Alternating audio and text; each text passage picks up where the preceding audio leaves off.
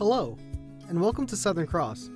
In this video, we will go over how to clean and care for the 46Hawk 3.0 laser diode methane detector. Cleaning the 46Hawk is essential for proper operation.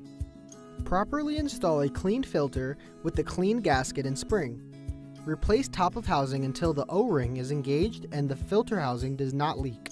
Do not bend the O-ring.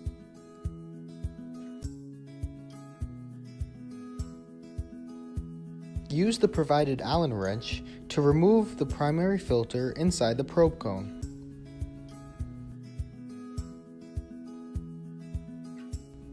Change the dirty filter, and then use the Allen wrench to enclose the filter. Make sure it is flush with the probe cone. Both filters must be changed daily or more often in dusty and dirty conditions.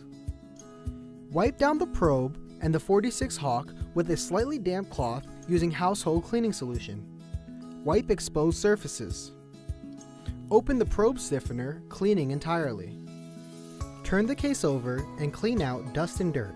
Then wipe down with a damp cloth. Knock dirt and dust out of the foam and wipe it down.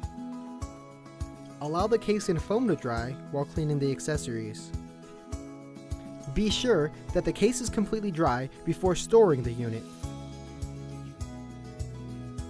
To clean sintered bronze filters, fill sink or clean non-glass container with warm water and use a household cleaner. Wash filters by vigorously shaking them. Rinse twice by shaking filters with clean water. Allow sintered bronze filters to dry overnight or preferably longer. Use each filter once and then clean before reusing. Filter cleaning is recommended weekly. The LCD will display a low battery warning approximately 1 hour before your rechargeable battery is fully discharged. This allows you time to finish your immediate survey. In the event that the rechargeable battery becomes completely discharged, place the power switch in the middle position and connect the power supply for about 15 minutes.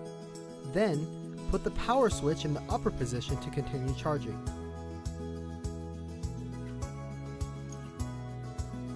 Four AA disposable lithium batteries are included for backup only in the event that the rechargeable battery is too low to function. This should give another 5 to 6 hours. To run the unit off of the lithium batteries, place the power switch in the lower position. It is recommended that you leave the backup batteries out of the unit unless in use to refrain from battery corrosion.